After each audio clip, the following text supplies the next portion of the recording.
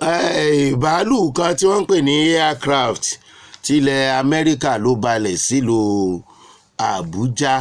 tí wọ́n gbé síbẹ̀ eléyìí tó ti mú ọ̀pọ̀lọpọ̀ àwọn èèyàn máa béèrè ìbéèrè oríṣiríṣi lọ́wọ́ ara wọn báwo ló ṣe jẹ́ ṣó yẹ kó rí bẹ́ẹ̀ ìbéèrè ńlá ni ó yẹ ká lè béèrè lọ́wọ́ ara wa pé ó ṣe jẹ́ pé ilẹ̀ Nàìjíríà ni Amẹ́ríkà wá páàkì cargo military air cargo wọn sí ìbéèrè ńlá ni ó tó ká béèrè o Ṣeun Agbọ́lá lórúkọ mi ìkànnì Ìjùgbà máa ṣàlẹ̀ tí ń wò wá ọ̀pọ̀lọpọ̀ àwọn northern people ọ̀pọ̀lọpọ̀ àwọn ará òkè ọya àwọn Haúsá Fúlàní ni wọ́n ń béèrè lẹ́rù ń bà pé why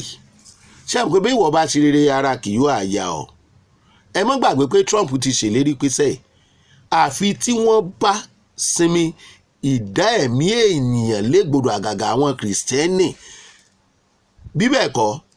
àwọn ò ní padà sẹ́yìn wọ́n sì ń gbé ìgbésẹ̀ wọ́n ń gbìyànjú torí gbà tí wọ́n ti involve ní gbogbo ariwo yẹn ti lọ bó tiẹ̀ jẹ́ pé wọ́n tó ti padà sáwọn apá àbì kan ó lọ láwọn apá àbì kan US Iberu Trump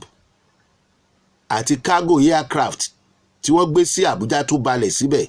ó ti mú àwọn àgbààgbà àwọn Haúsá Fúlàní yìí ó ti mú àwọn oníṣẹ́ bíi àwọn ẹni burúkú àwọn ẹni èpè àwọn apààyàn àwọn afẹ̀míṣòfò nítorí pé ìwọ ọmọ ló mú ọmọ ṣòkígbẹ́ inú àwọn ará south ń bì báyìí southern part of Nigeria nígbà tí wọ́n ń jó tí wọ́n ń yọ̀ nígbà tí wọ́n gbọ́rò yẹn inú wọn ń dùn pé Trump ó ṣe America thank you why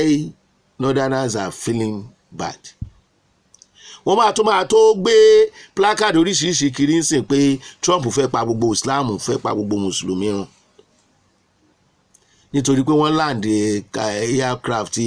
ti military sílùú Abuja ẹ má béèrè lọ́wọ́ ara yín àwọn iṣẹ́ ibi tẹ́ ẹ ti ṣe ṣé inú ìwé èyí lórúkọ yín wà ẹ̀yin northerners àbí ìwé ikú ẹ ti pa àwọn èèyàn jọ rẹpẹtẹ ẹ ń bá pààyàn náà máa kú tí ìmọ̀ nǹkan tí cargo military aircraft yìí tó wúlò lára nọ́mbà ọ̀dà pé kìíní kan sí POJ ní cargo aircraft yẹn ó jáde nínú ìwé ìròyìn now bí gbogbo yín ṣe wá ń bẹ̀rù tẹ́ ń bẹ̀rù pé kí la ṣe o tẹ́ ń sá káàkiri ṣe rò pé Ọlọ́run ò ní mú yín ni Ọlọ́run á mú yín Trump US àti Israel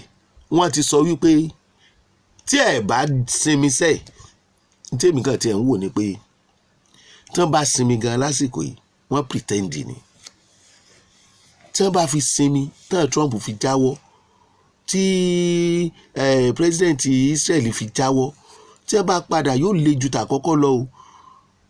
yóò le gan o àgàgà tí ó bá sí bàbá wa Bọ́lá Ahmed Tinubu ń bẹ̀ mọ́ olúmọkò tí gbójú ojú tí gbéná ojú ẹni bí ẹ̀kan ọkọ̀ northerners tí ò bá sí mbẹ̀ mọ́ wọ́n fi ìyà tí wọ́n ti pa ọ̀tá gbogbo wa tán ni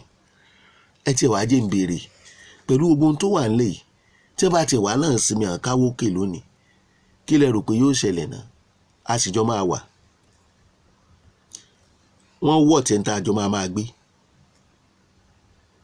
kò ní í dáa kán pín gbogbo èkó ń kálukú wà láyé rẹ̀ ká wá wà lábẹ́ ìjọba kan àbí ríjọ́nà kan ní ń pè yẹn ni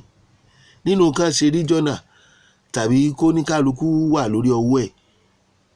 èwo lẹ rò pé wà ó kẹ́ fi sábẹ́ comment section kò yé mi ní ìbéèrè ní ọkọ ẹ mọ́ ní ó ń gbègbèsẹ̀ láti dojú ìjọba bolẹ̀ ó ní ká pín Nàìjíríà unity togetherness Fulani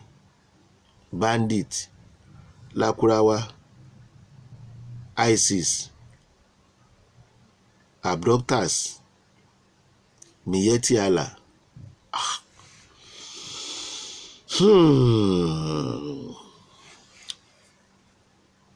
ẹjọ́ sà ẹjọ́ mà ṣé àwọn pípù yìí láàjọ máa gbé tí wọ́n bá tiẹ̀ láwọn ò sí terrorism mọ́ mo ní sáré béèrè ìbéèrè yẹn ni o àwọn tínú wọn ò dùn tí àwọn ò wà comfortable pẹ̀lú military aircraft tó balẹ̀ sàbújá ẹ̀ irú èèyàn wo ni wọ́n even kó má jẹ́ northerners tí o bá ní ìdùnnú nípa n tó ṣẹlẹ̀ pé wọ́n gbé bàálù ogun àwọn ará Amẹ́ríkà sí Abuja nítorí àwọn afẹ̀míṣòfò tí wọ́n fúnra ẹ̀ ò bá ń ṣe àfẹ̀míṣòfò àwọn ẹbí ẹ̀ wà ní àfẹ̀míṣòfò ẹ já gbàgbé Fúlàní nìkan ṣé àwọn ẹni yìí jẹ́ ẹni tí ó yẹ kí wọ́n máa káàánú wọn ṣé wọ́n káàánú ènìyàn a sọ pé ẹni tó mọ̀bẹ tó ń du ọmọnìkejì lọ́rùn tó ń fọ́ pọ́npọ́ mọ́ ọmọnìkejì lórí tí wọ́n dẹ̀ so lọ́wọ́ sẹ́yìn tó lajú sílẹ̀ báyìí tí wọ́n ń gba ọmọ ìkókó tí wọ́n dẹ̀ lẹ́yìn yẹ tí wọ́n ń gbé fún ajá wọn jẹ tí wọ́n ń kó àwọn ènìyàn tí ò tí ì róúnjẹ jẹ tí wọ́n ń béèrè 400 million allegedly wọ́n ní wọ́n ń ta àwọn èèyàn sóko ẹrú ní Libya ní Áfíríkà yìí wọ́n láwọn nǹkan kan wà lábẹ́nú tó ń lọ tẹ́nìkẹ́ni ò mọ̀ ṣé àwọn tí àwọn tó so wá pọ̀ ń lò allegedly tí wọn ò sọ nǹkan kan tí wọ́n fi ń gbógun tì wá tí wọ́n ara ẹni tó fẹ́ gbà wọ́n táwọn ń gbógun tì tínú wọn ò wá dùn irú èèyàn wo ni wọ́n terrorist ni wọ́n gbogbo ẹ̀dá tó bá káàánú terrorist lásìkò yìí àánú Ọlọ́run á kù nù ayé ẹ̀ gbogbo àánú tó ti rí gbà pátá ló máa bàjẹ́ mọ́ lọ́wọ́ lójú ẹ̀mí ẹ̀ dórí ọmọ tó ní gbogbo ẹ̀dá tó bá lọ́wọ́ sí ọ̀rọ̀ terrorism yìí iná ọmọ ó bẹ̀rẹ̀ sí ní jó ni ṣó rọrùn ni ẹ gbà mí o if you are not comfortable pẹ̀lú nǹkan tó ṣẹlẹ̀ yìí kọ sábẹ́ comment section pé o wà comfortable then o ní láti yẹ ara ẹ o ní láti check ara ẹ dáadáa